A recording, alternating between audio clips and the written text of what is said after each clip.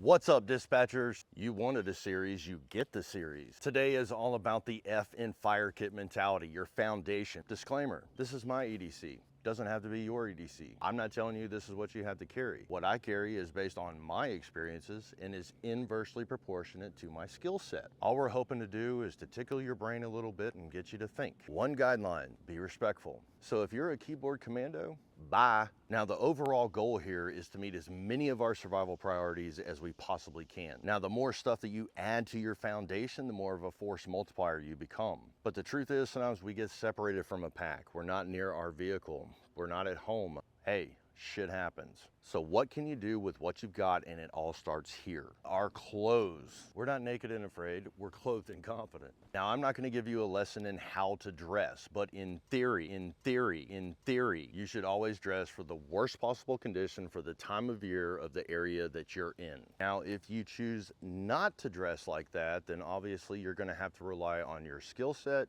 and the resources that are available to you for any given situation.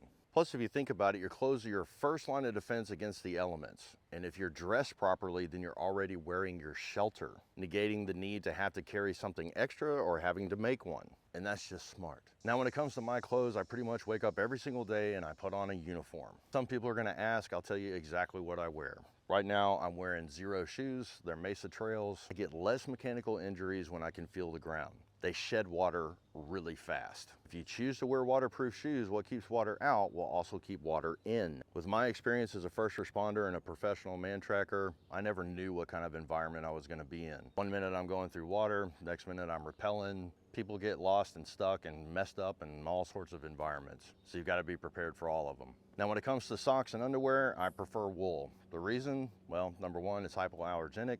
Number two, you don't stink. Yes, you can wear wool in the winter and in the summer, all seasons. Somebody's gonna ask, I wear -33. Now, when it comes to pants, I wear Fjallraven, True Specs, 511s. I want high quality pants that function. My shirts, I pretty much use poly cotton blends because they dry fast. Now, I usually wear a collared shirt like this because, well, gray man. What if I've got to get in an environment where I've got to cover stuff up like my tattoos or my personal expressions on t-shirts or whatever the case may be. Protection from the sun, protection from the elements. I hate bugs. Use your imagination. I just try to be as flexible and adaptable as I can be. And then I always have on a hat, and there's many reasons to wear a hat, and we can get into that later. But y'all have got to be tired of this stuff. Let's get to the gear. Boom, son. Now, at first glance, this may seem like a lot. What I've done is I've laid everything out in sections so you can see individual components, and I'm going to show you how I carry it. For example, everything that you see right here actually goes inside of this pouch, which goes inside one of my cargo pant pockets.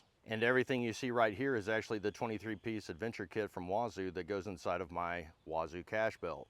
There's also stuff that stays inside of my cash cap by Wazoo as well. And then there's stuff that I wear around my neck and around my wrist. And in this section right here, you'll see the normal stuff that most people carry in their pockets anyway. This is my own dump pouch design. It's fulfilled by Hat Creek Outdoors. And this is a stuff sack that's waterproof, made by P&W Bushcraft. What's really important to me is having a good belt knife. This is a PR4 by Essie, and so far is doing everything that I need it to do. Now, this is the belt kit foundation, but I've also added these to the mix. You've got an ITS tactical lockpick set, a handcuff key, some money, and the key in the middle there is gonna be a surprise for the next video. I also keep a Randall Adventure Training rated carabiner that keeps my keys clipped to my belt loop. Of course, one of the most important pieces of kit that I have is my T-Rex sidecar, which holds my 10mm socket and ratchet. Now, normally the question is why? That's easy, because of freedom! Number two, people misplace or they forget their 10s, and I've got them covered. My grandfather used to say, look, you can bounce stuff off a windshield or you can stop the bus, so carry the biggest stick that you can wield. Now, as you can see, we have a lot of solutions to a lot of problems, and I'm gonna make everything disappear off of the table one by one, and you'll see just how easy it is to carry it. So let's start with my head. This is my Wazoo cash cap. This is reflective and this is highly visible, so I can use it for signaling, but it also houses my water kit by Wazoo, the ferrocerium rod, and the striker as well. And of course, you gotta have shades. There we go, that section's gone. Here's the stuff that goes around my neck. Here's an EOS magnifier by Homemade Actual, which I use for reading stuff and checking out injuries more than I do for actually lighting fires. And then I have my Viking Spark by Wazoo. That way I can start fires and I can sharpen my tools. Now that section's gone. Now normally I'm wearing this as my watch, but unfortunately the battery died in my Luminox, and so I had to go to my backup, which is an analog Casio. Prefer analog because I can monitor people's vitals and I can also use it as a compass. Now let's get to the normal stuff. I carry a wallet. Inside the wallet I carry a Wazoo fire card. I've got some chapstick, a lighter, it's a Bic, and on the outside of it I have some Gorilla Tape. I've got a multi-tool, a Streamlight flashlight. I carry a marker like this because sometimes as an EMT you have to mark on people, and it's also good for leaving messages or helping you to sharpen your knife. And then a pen that goes with the Write and Rain book. I also carry wet wipes. Why?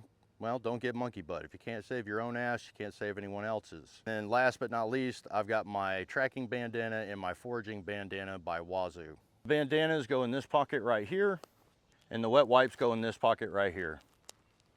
Now all of this is what goes in my front right hand pocket right here. Then the multi-tool goes into its own pocket.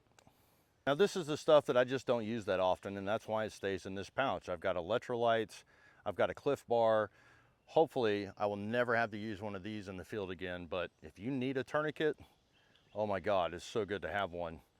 Here's an emergency blanket. Now, and here's where I keep all of my medications, like acetaminophen, ibuprofen, Imodium, aspirin, and I also keep some crushed up Benadryl in case I have to stop an allergic reaction. Here's a Goodies headache powder that also has caffeine in it. And in case someone has low blood sugar problems, I've got a pack of gum. Keep some spare cordage in there as well.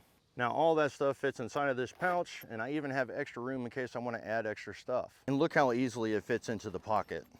And if I need to grab it, look how easy it is to get out. Now inside that same pocket, there's actually a little smaller pocket, and that's where I keep my Write in the Rain and my wallet. Now let's go ahead and add everything right here into the belt. Now that I have my belt on, I can put my accessories on. Now all that's left on the table is my carabiner for my keys. Done. Now let's talk about some exceptions. Every now and then, instead of carrying my multi-tool, I'll carry an open nail saw and an open nail knife. And being that I was a first responder, I like to have EMT gloves as well, but I don't wear them all the time, even though I should. This slides right onto your belt, and it's a low profile way to carry your EMT gloves. Safety first. Now you may be saying, oh my God, that's a lot of stuff. It's got to take up a ton of room on your dresser. Every single thing that I showed you is inside the dump pouch right now, and I even have room to spare. And that's how much room it takes up on the dresser. If I really want to, I can stuff everything in the dump pouch. And that way, if I have an emergency, I grab this, and I grab this, and I'm out the door. And that was literally every single thing that you saw on this table in one location, except for the sidecar, but come on, give me a break. Now the question remains, how many of our priorities of survival can we meet with the stuff that you saw on the table? The answer is a little bit of all of them. And I'll add the caveat of with a little bit of training. Defense, yes. First aid, yes. Shelter, water, fire, food, yes. Can we signal for help? Yes. And now that you've seen everything that I actually carry and you kind of understand the principles behind what we're doing, now it's time for a challenge. If you're honey smack digging the content, make sure you get in the comment section, leave us a snide remark, and fuel the fires.